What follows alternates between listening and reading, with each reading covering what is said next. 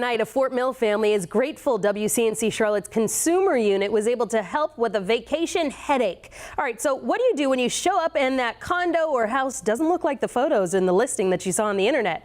What options do you have other than asking where's the money? Here's consumer reporter Bill McGinty with what you need to know.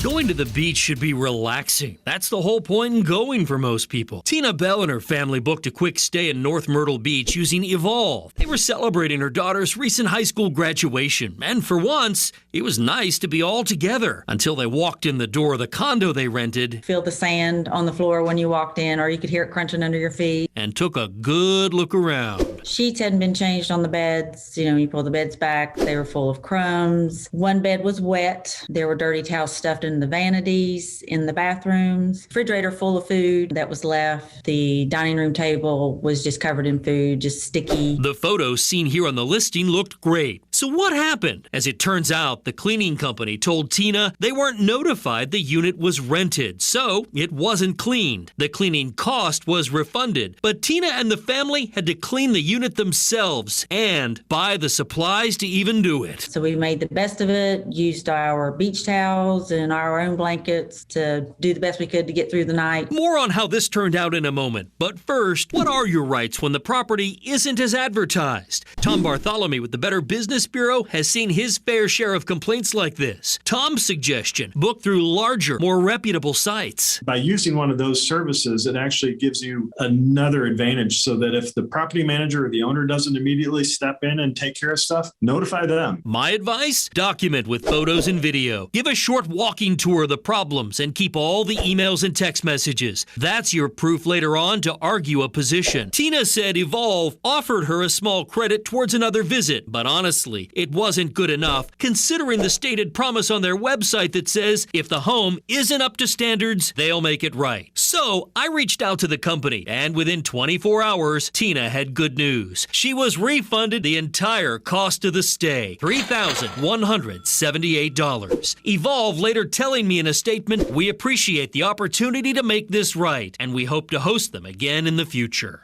Tina Bell, your problem is solved. You know, this can happen to anybody, and it happened to me back in 2012. The photos of the house we booked looked great. Not so much when we got there, though. Exposed wiring, the place was dirty, and the deck was roped off because it was rotted and unsafe. Didn't look like that in the photos, though. I took all the photos and ended up with a 50% refund. My personal takeaway from that experience: when I book anything now, I ask if the photos of the property that I'm currently looking at online are recent photos, and I ask if they represent the current level of cleanliness. Just in asking that, I have avoided a few landmines. Guys?